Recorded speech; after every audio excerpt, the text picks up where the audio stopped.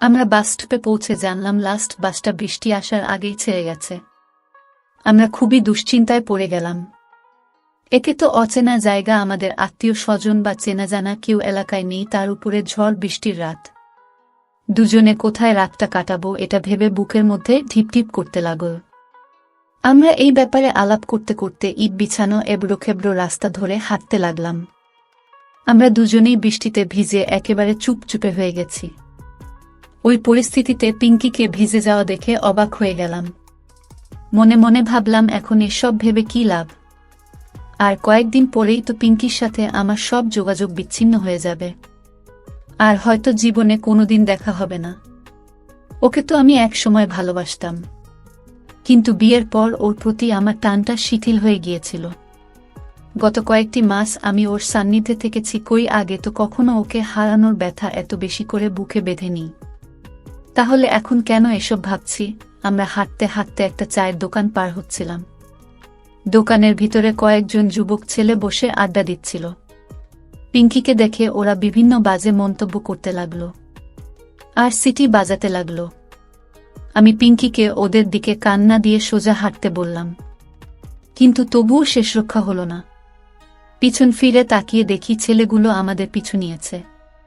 প্রচণ্ড ভয় পেয়ে গেলাম। এই অচেনা জায়গায় রাতের অন্ধকারে পিঙ্কিকে নিয়ে আমি একা, যে মেয়েটার সাথে বলার মতো কোনো সম্পর্ক আমার নেই। আমি একা এতগুলো ছেলের সাথে কি করব?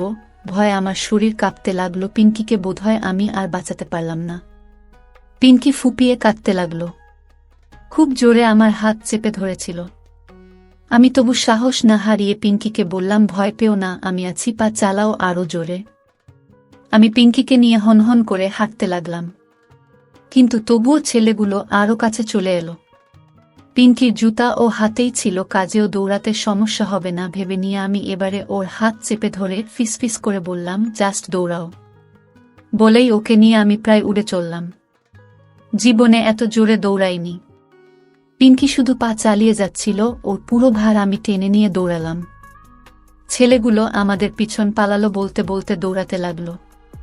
প্রচণ্ড বৃষ্টি হচ্ছিল। তখনও কিছু দূর গিয়েই আমি একটা টিমটিমে ঘোলা আলো দেখে সেদিকে দৌড়ালাম।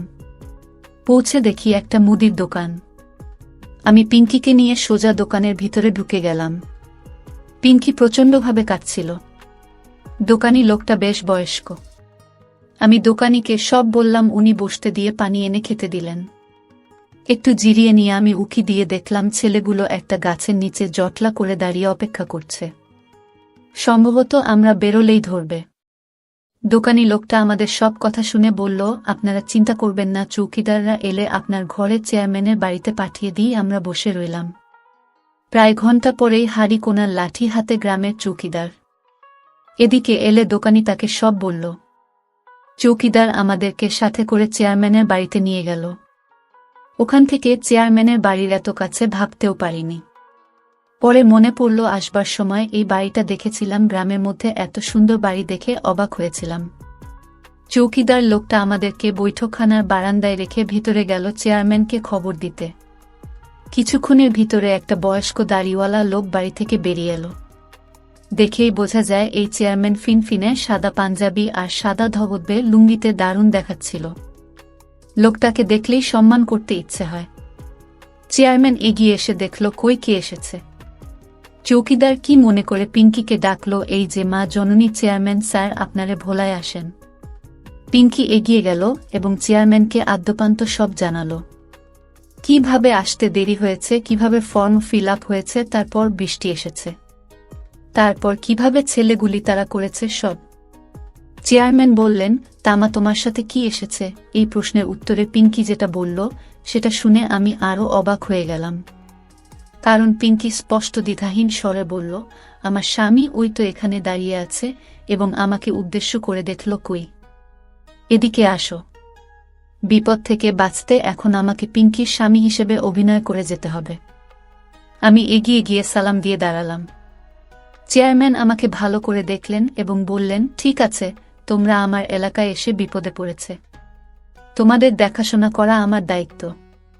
রাতে আমার বাড়িতে থাকো, সকালে আমার লোক তোমাদেরকে সাথে করে নিয়ে গাড়িতে তুলে দিয়ে আসবে। কথাগুলো বলে ঘুরে চলে যেতে বসে কি মনে করে চেয়ারম্যান আবার ফিরলেন। পিঙ্কিকে জিজ্ঞেস করলেন, তার মা তোমার নামটা যেন কি? পিঙ্কি যে মাত্র উচ্চারণ করল, আমার নাম পিঙ্কি অমনি। চেয়ারম্যান আশ্চর্য ভঙ্গিতে বললেন, কি বললে? মা পিঙ্কি মা আমার ফিরে এসেছে। বাড়ির ভিতরের লোকদের উদ্দেশ্যে চিৎকার করে বলতে লাগলেন, এই তোমরা কে, কোথায় আছো? দেখে যাও, আমার মা ফিরে এসেছে, আমার পিঙ্কি মা ফিরে এসেছে। তাই তো বলি তোমাকে এত চেনা চেনা লাগছে কেন? ভীষণ অপ্রস্তুত আর বোকা বনে গেলাম আমরা। এ আবার কি হলো? চেয়ারম্যান পিঙ্কিকে জড়িয়ে ধরে হাউমাউ করে কাঁদছে।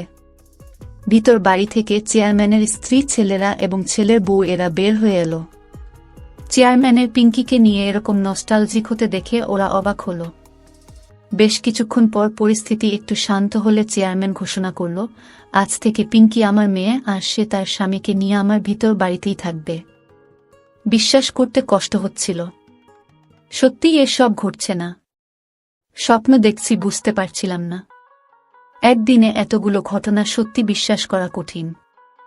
চেয়ারম্যানের বাড়িটা বিশাল, অনেকগুলো ঘোল পাকা বাড়ি, উপরে 3 সেট। আমাদেরকে এক কোনায় 2 দিকে খোলা একটা রুমে জায়গা করে দেওয়া হলো।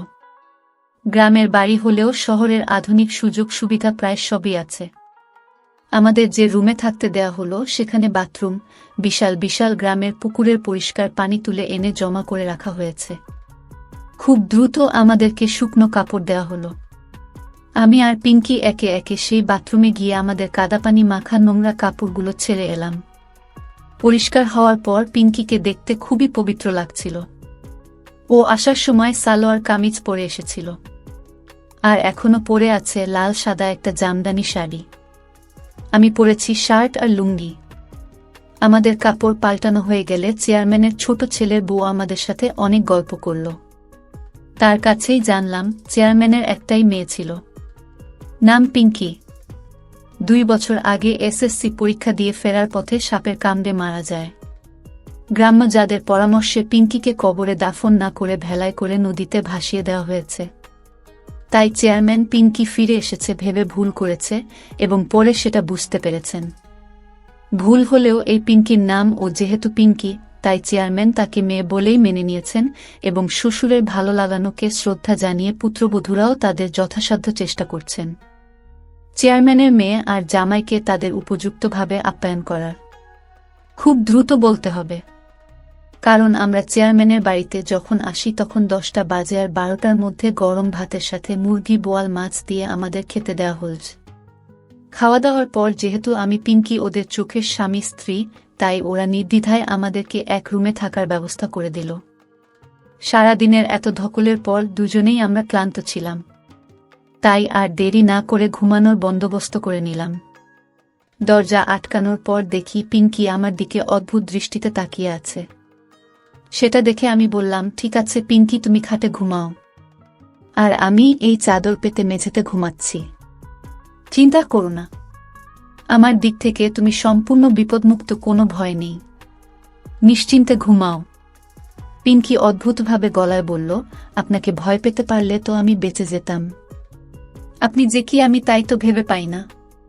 ফুপিয়ে কাঁদতে লাগলো পিঙ্কি। আমি বললাম, এভাবে কেঁদো না, দেখো আমি তোমার জন্য কিছুই করিনি। তোমার কোনো ক্ষতি হলে আমি বন্ধুত্বে কি জবাব দিতাম বলো? পিঙ্কি মুখ তুলে আমার দিকে তাকালো, বলল, সত্যিই তাই। এর বেশি কি? আর কিছুই নয়। ঠিক এমন সময় বাইরে চেয়ারম্যানের পুত্রবধূর গলা শোনা গেল। রাত তো শেষ হয়ে এলো, এখনো গল্প করলে চলবে? বন্ধুরা, পরের পর্বে বলবো গল্পের বাকি অংশ। আজকের মতো এ পর্যন্ত। কেমন লাগলো আজকের ভিডিও কমেন্টে জানাবেন। সবাই ভালো থাকবেন, দেখা হবে পরের ভিডিওতে। ধন্যবাদ।